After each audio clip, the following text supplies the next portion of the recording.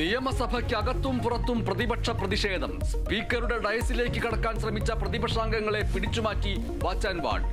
ഡയസിന് മുന്നിൽ ബാനർ ഉയർത്തി പ്രതിഷേധം. കയ്യാങ്കളിക്കിടെ സഭ ഇന്നത്തേക്ക് പിരിഞ്ഞു.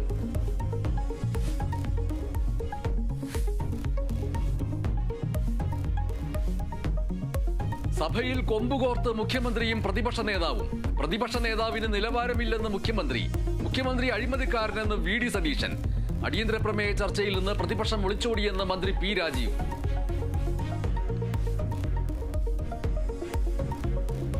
ബലാത്സംഗ കേസിൽ നടൻ സിദ്ദിഖ് അന്വേഷണ സംഘത്തിന് മുന്നിൽ. സിദ്ദിഖ് ഹാജരായത് തിരുവനന്തപുരം കന്റോൺമെന്റ് സ്റ്റേഷനിൽ. ലൈംഗികാതിക്രമ കേസിൽ 15-ന് ഹാജരാകാൻ നടൻ ജയസൂര്യയ്ക്ക് നോട്ടീസ്.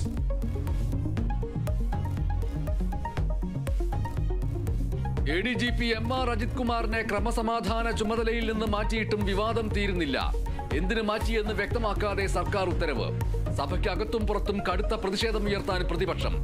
രാഷ്ട്രീയ വിജയം എന്ന നിലപാടിൽ CPI.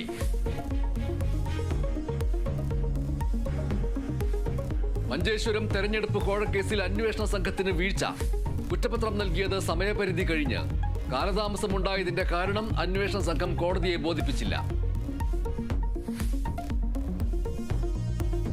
ഹരിയാനയിലും ജമ്മു കശ്മീരിലും വോട്ടെണ്ണൽ നാളെ. ഒരുക്കങ്ങൾ പൂർത്തിയായതായി തെരഞ്ഞെടുപ്പ് കമ്മീഷൻ. എക്സിറ്റ് പോളിൽ പ്രതീക്ഷയർപ്പിച്ച് കോൺഗ്രസ്. പശ്ചിമേഷ്യയെ യുദ്ധക്കളമാക്കിയ ഹമാസിന്റെ ഇസ്രയേൽ ആക്രമണത്തിന് ഒരാണ്ട്. ഇസ്രയേലിന്റെ പ്രത്യാക്രമണത്തിൽ ഗാസയിൽ കൊല്ലപ്പെട്ടത് 1,00,000-ഓളം പേർ. ലബനനിൽ ഹിസ്ബുള്ള ഇസ്രയേൽ ഏറ്റുമുട്ടൽ രൂക്ഷം.